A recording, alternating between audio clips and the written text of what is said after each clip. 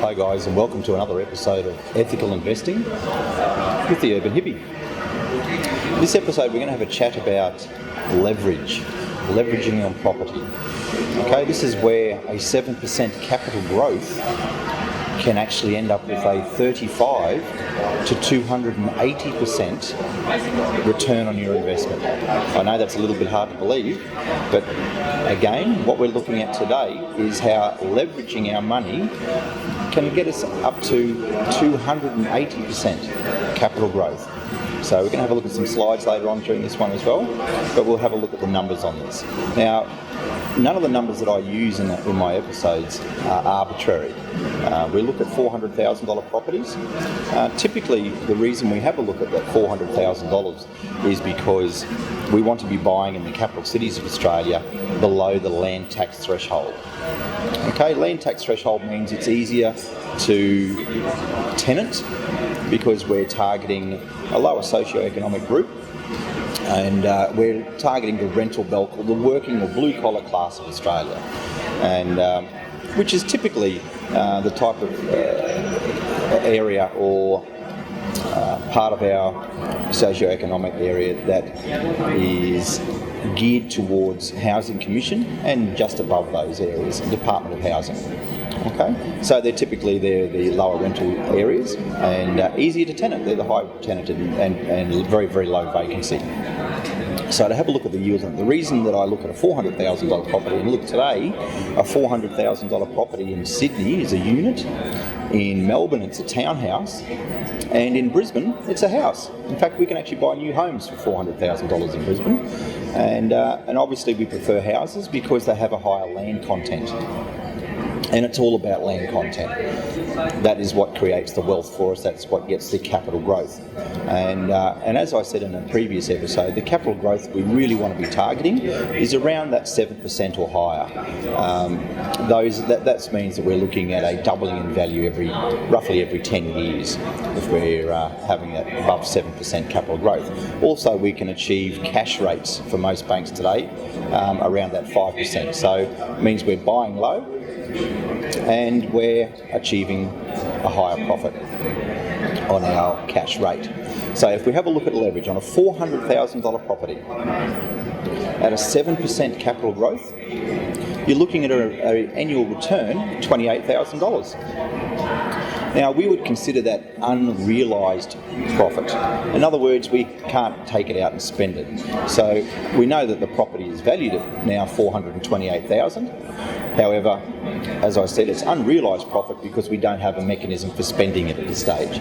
So what we need to do once we know that the property has achieved that capital growth is refinance the property to an offset facility or a line of credit to lock that in. And by doing that, we now have that converted to or accessible through something like a Visa debit card, and we can go to any ATM and start pulling that money out and do one of three things with it. Either go out there and use it to purchase more property, or use the funds to cover our position or fund costs as a buffer, or indeed we could even use it, which is our eventual aim, to fund lifestyle. Okay, so a $400,000 property with a 7% annual growth gives us a capital of $28,000, and if we refinance that, and at today's market you could do that on a 90% LVR or loan value ratio, that would give us access to $26,500. Okay, now the leverage component of this, we didn't have to put in $400,000. We could actually borrow some money. At the moment, we could borrow 80% without paying LMI or lender's mortgage insurance.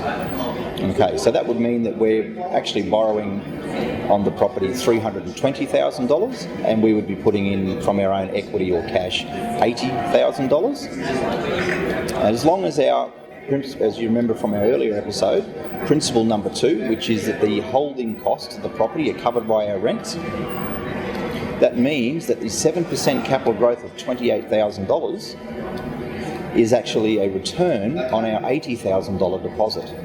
I'll say that again. As long as our holding costs are covered by our rents, that means that our 7% capital growth of $28,000 is actually a return of on our $80,000 deposit. And guys, if we do the math on that, that is a 35% return on our investment. I'm sure you'll agree with me, that's fantastic. If we just had left that $80,000 in the bank or in our current property as equity, we'd be earning, say, 1.9 to 3% interest, or it would be just static.